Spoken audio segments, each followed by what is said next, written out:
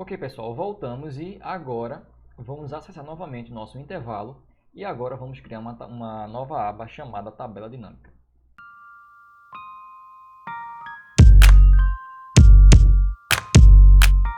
Eu vou excluir essa opção aqui de soma, tá, que nós criamos, foi apenas demonstrativo. A nossa tabela, a informação que nós precisamos utilizar está aqui. Então, vamos transformar isso em uma tabela dinâmica. Olha só, vocês perceberam que no nosso intervalo nós temos uma informação mais estática. Quando nós transformamos isso em uma tabela, nós temos a informação um pouco mais dinâmica com as nossas segmentações de dados, que nos trará uma certa velocidade na hora de entender e fazer algumas observações analíticas na nossa planilha.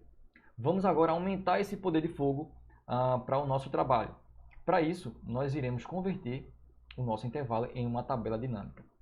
Então, como nós vimos anteriormente, para poder transformar um intervalo, eu vou selecioná-lo todo. Eu tenho a opção de clicar, acionar no nosso teclado a tecla Shift, Ctrl e espaço.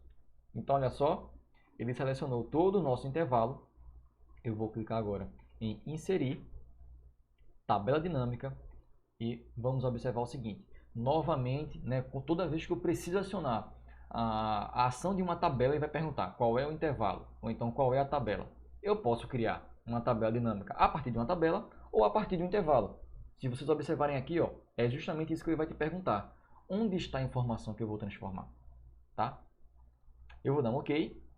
E olha só, ele criou aqui para a gente uma nova aba. Essa aba aqui, vamos chamar de dinâmica. E parece que as nossas informações sumiram. Quando nós clicamos nessa região aqui, ó, que é a região destinada a fazer a tabela dinâmica, ele vai abrir aqui um campo para você chamado campo de tabelas da tabela dinâmica. Que são o quê? São todas as informações, todos os títulos que você tem no seu intervalo, ele vai trazer isso e transformar de maneira dinâmica. E aí você deve estar se perguntando agora, para que eu preciso usar uma tabela dinâmica? Olha só, sempre que você precisa fazer algumas análises, você pode sim usar filtros para ter informação, ou você pode condicionar isso de maneira mais automatizada. Exemplo, imagine agora que você quer saber, eu chego para você e te pergunto, quantos estados tem em cada região do Brasil? Você muito prontamente faria o seguinte, viria aqui na coluna de estados, filtraria cada região no seu intervalo e contaria, certo? Olha só, nós temos aqui 9 estados na região Nordeste.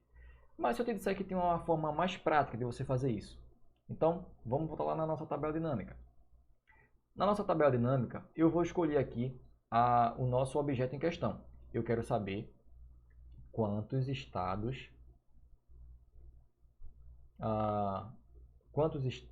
por regiões do Brasil. Então, olha só.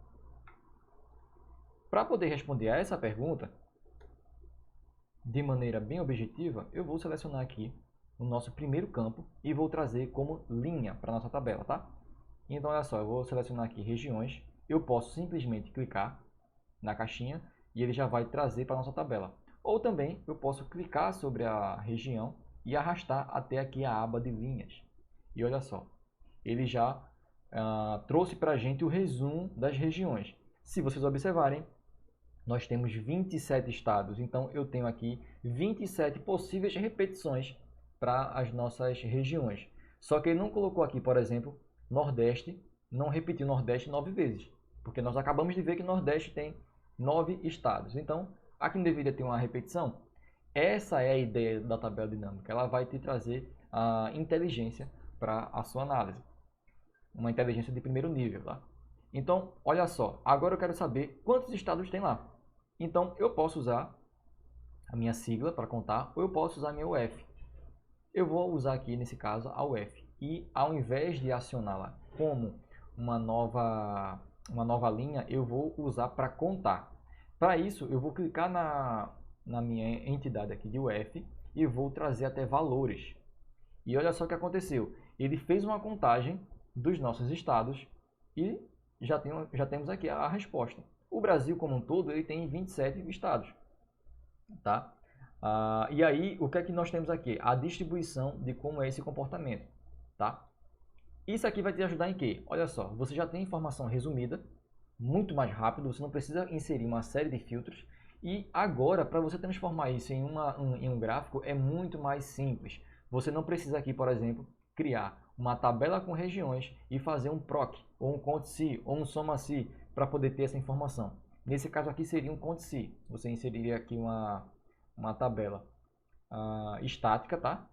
Com todas as regiões do Brasil e iria fazer um CONT-SI no seu intervalo. Nesse caso aqui, a tabela dinâmica já te ajudou e te poupou bastante tempo. Então vamos transformar isso aqui agora em um gráfico. Eu vou aqui inserir, vou escolher aqui o nosso gráfico de barras e olha só, com poucos cliques nós já conseguimos montar aqui uma apresentação bem legal de quantos estados o nosso Brasil possui e qual é essa distribuição por regiões. Então essa é a vantagem da tabela dinâmica. Não esquece de comentar aqui abaixo, tá? Deixa o like se esse vídeo te ajudou e compartilha com o máximo de pessoas que você puder. Eu te vejo no próximo vídeo. Valeu, galera!